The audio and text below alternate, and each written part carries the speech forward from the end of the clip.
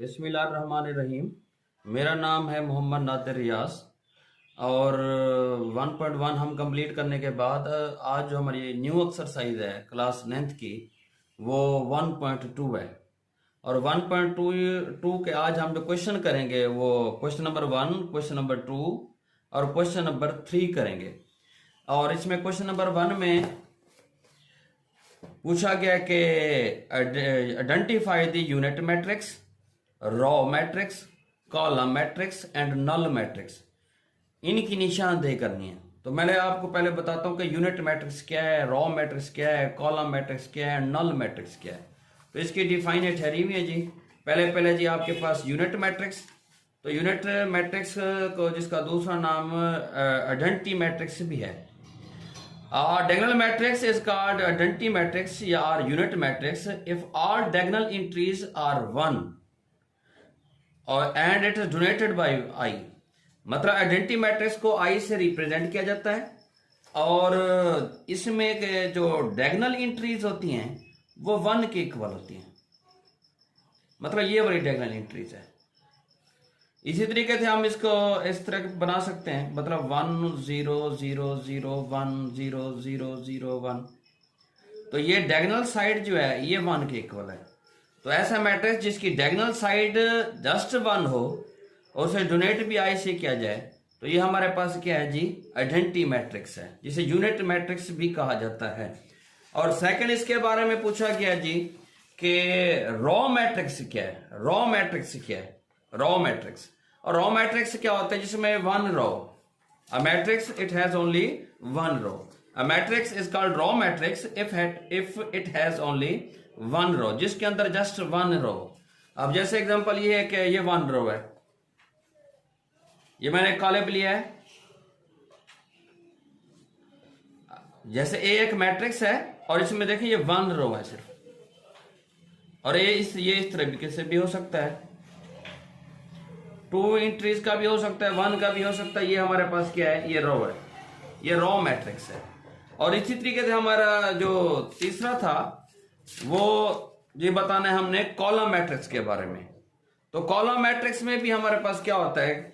अगर मैंने column matrix इस तरीके से होगा 1 2 3, जिसके अंदर 1 कॉलम हो तो उसे हम क्या कहते हैं? Column matrix. A matrix is said to be column matrix. It has only 1 column। जिसके अंदर सिर्फ एक कॉलम हो उसे हम क्या कहते हैं? कॉलम मैट्रिक्स कहते हैं। और लास्ट वन है हमारे पास, वो कहते हैं नल मैट्रिक्स। और नल मैट्रिक्स जिसकी इंट्रीज जो हो ना वो 0 0 हो, इंट्रीज क्या हो? 0 0 हो, वो नल मैट्रिक्स है। तो इसी तरीके से पहले क्वेश्चन में जस्ट हमने ये बताना था कि यूनिट मैट्रिक्स क्या है और रॉ मैट्रिक्स क्या है, कॉलम मैट्रिक्स क्या है, नल मैट्रिक्स क्या है। तो पहला जी देखें, पहला क्वेश्चन ए जो है उसमें एंट्रीज जो है वो 0 0 है। तो ये हमारे पास क्या है? ये हमारे पास नल मैट्रिक्स है। और ये बी हमारे पास देखें तो इसमें देखें 1 रो है, तो ये हमारे पास क्या है? रॉ मैट्रिक्स है। कॉलम मैट्रिक्स अगला देखें, ये कॉलम मैट्रिक्स है जिसके अंदर 1 कॉलम है। और एफ वाला भी देखें, ये भी हमारे पास 1 कॉलम है, तो ये भी कॉलम मैट्रिक्स है। अगर हम डी मैट्रिक्स को देखें तो ये आइडेंटिटी यूनिट मैट्रिक्स है, जिसे आइडेंटिटी मैट्रिक्स भी कहते हैं क्योंकि इसकी डायगोनल साइड 1 1 है। और ई जो है इसके एंट्री जो है ना 0 है, तो हम क्या कहेंगे? ये कौन सा है? ये नल मैट्रिक्स है। तो इसलिए क्वेश्चन नंबर 1 में जस्ट ये पूछा गया था कि unit matrix, row matrix, column matrix and null matrix के बारे में बताना था। और इसका जो क्वेश्चन नंबर 2 है, और क्वेश्चन नंबर 2 में ये बताना है कि स्क्वायर मैट्रिक्स क्या है, रेक्टेंगुलर मैट्रिक्स क्या है, रॉ मैट्रिक्स फिर भी वही चीज है, कॉलम मैट्रिक्स के बारे में भी बताना है, आइडेंटिटी मैट्रिक्स भी वही है, नल मैट्रिक्स भी। मतलब 2 इसमें चेंज है, जो स्क्वायर मैट्रिक्स है और रेक्टेंगुलर मैट्रिक्स है। तो स्क्वायर मैट्रिक्स और रेक्टेंगुलर मैट्रिक्स की डिफाइनेट है नहीं है। तो पहले जी रेक्टेंगुलर मैट्रिक्स क्या होता है?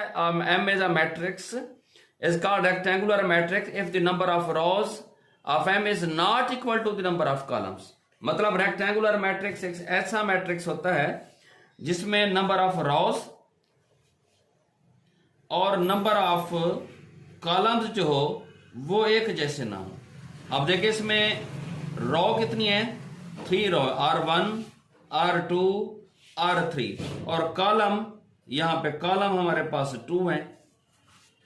तो आप देखें इसका अगर ऑर्डर देखें तो 3/2 है, मतलब रोज 3 और कॉलम्स 2 हैं। तो ऐसा मैट्रिक्स हमारे पास कहलाता है जी रेक्टेंगुलर मैट्रिक्स कहलाता है। और एक मैट्रिक्स है स्क्वायर मैट्रिक्स। स्क्वायर मैट्रिक्स में क्या होता है कि अगर मैंने एक मैट्रिक्स लिया है तो स्क्वायर मैट्रिक्स में के नंबर ऑफ रोज और नंबर ऑफ कॉलम एक जैसे होते हैं, जैसे कि R1 ये R2, रो भी 2 है और कॉलम देखें तो कॉलम भी 2 है, ये C1 ये C2।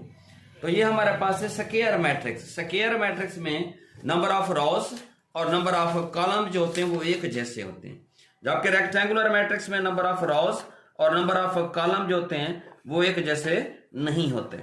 अब उसके बारे में है जी, बाकी रो मैट्रिक्स भी मैंने बताया कि जिसके अंदर ओनली 1 रो हो, कॉलम मैट्रिक्स में भी जिसके अंदर 1 कॉलम हो, आइडेंटिटी मैट्रिक्स जिसकी डायगोनल साइड 1 1 के इक्वल हो, और नल मैट्रिक्स में जिसकी तमाम एंट्रीज जो ना वो 0 होनी चाहिए। अब क्वेश्चन देखते हैं जी। इसका पहला क्वेश्चन है, अब इसमें देखें कि नंबर ऑफ रोज कितनी है, 1 रो 2 रो और column 1 column 2 column 3 column. Number of row 2 है और नंबर ऑफ कॉलम 3 है। तो इसमें मतलब ये क्या हुआ कि ये रेक्टेंगुलर मैट्रिक्स है कि नंबर ऑफ रोज और नंबर ऑफ कॉलम एक जैसे नहीं है। और अगला अगर देखते हैं तो इसके अंदर जस्ट 1 कॉलम है, ठीक है, तो ये कॉलम मैट्रिक्स है जी। और अगला जी इसमें इसे हम कहते हैं स्क्वायर मैट्रिक्स है। और क्वेश्चन नंबर 4 जो है इसकी डायगोनल साइड जो एंट्री जो है वो 1 0 0 1 है, मतलब ये हमारे पास क्या है, ये हमारे पास है जी आइडेंटिटी मैट्रिक्स, जिसे यूनिट मैट्रिक्स भी कहा था। और क्वेश्चन नंबर 5 जो है इसमें नंबर ऑफ रोज देख लें 3 है और नंबर ऑफ कॉलम 2 है, तो ये भी हमारे पास रेक्टेंगुलर मैट्रिक्स है। और क्वेश्चन नंबर 6 देखें, इसके अंदर जस्ट क्या है 1 रो है, तो हम क्या कहते हैं, ये रो मैट्रिक्स है। और क्वेश्चन नंबर 7 जो है, क्वेश्चन नंबर 7 में भी 1 कॉलम है, तो ये कॉलम मैट्रिक्स है।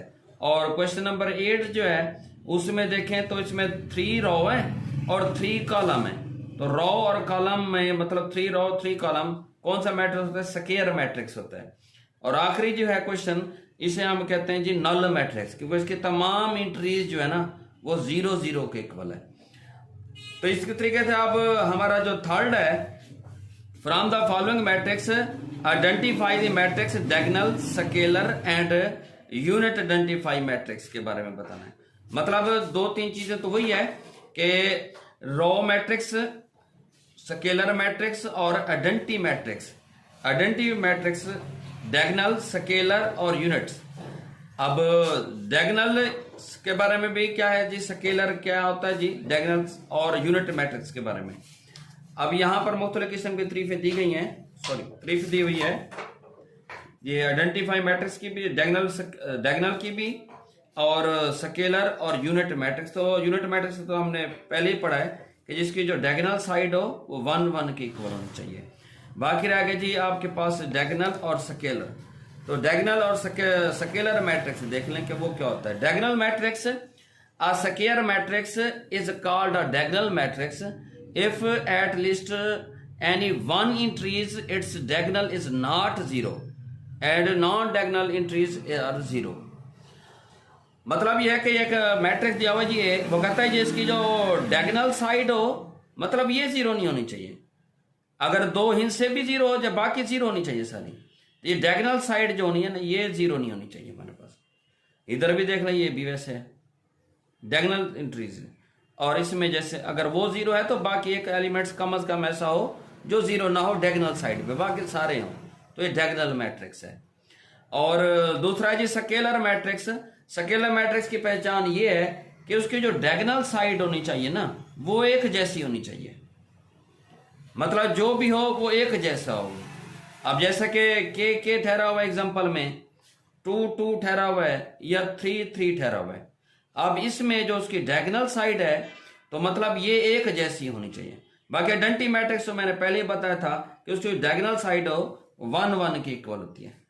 तो इसी तरीके से आप क्वेश्चन नंबर 3 हल करते हैं, और क्वेश्चन नंबर 3 में हमने बताना है जी डायगोनल, स्केलर और आइडेंटिटी मैट्रिक्स। अब देखें पहला स्केलर की मैंने ये पहचान बताई थी जिसकी जो डायगोनल साइड हो वो एक जैसी हो, और बी जो है मतलब ये स्केलर मैट्रिक्स है, बाकी नल है। अच्छा, और ये देखें 2 और 1 है, मतलब एक जैसा नहीं है, 1 1 भी नहीं है, तो मतलब ये हमारे पास डायगोनल मैट्रिक्स है, स्केलर भी नहीं हो सकता, डंटी भी नहीं हो सकता ये। अब यहां पर है 1 1, अब ये 1 1 हमारे पास क्या है, ये डंटी मैट्रिक्स है, जिसे यूनिट मैट्रिक्स भी हम कहते थे, क्योंकि ये 1 1 है, मतलब जिसकी डायगोनल साइड 1 1 आ जाए तो ये हमारे पास क्या है जी, यूनिट यानी कि डंटी मैट्रिक्स होता है। और बाकी एक जो रह गया जी डी, डी में क्या है कि इसकी ये देखें कि इसकी जो डायगोनल साइड है वो 1 1 भी नहीं है, एक जैसी भी नहीं है, तो मतलब ये डायगोनल मैट्रिक्स हुआ फिर। और ई अगर देखें तो अगर 5 में से 3 हम सब्ट्रैक्ट करें तो ये 2 आता है, और 1 में 1 ऐड करें तो ये भी 2 आता है, तो मतलब ये चीजें सेम आती हैं। तो इसका मतलब ये है कि ये स्केलर मैट्रिक्स है, स्केलर मैट्रिक्स में डायगोनल साइड एक जैसी होनी चाहिए।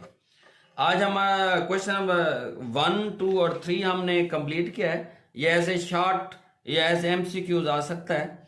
और क्वेश्चन नंबर 1 2 3 करने के बाद अगर इसमें किसी किस्म का मसला हो तो फिर मुझसे पूछ लीजिएगा, फिर मैं आपको इसके बारे में फिर मजीद मालूमात दे दूंगा अगर कोई मसला है तो। और तब तक अपना ख्याल रखिएगा।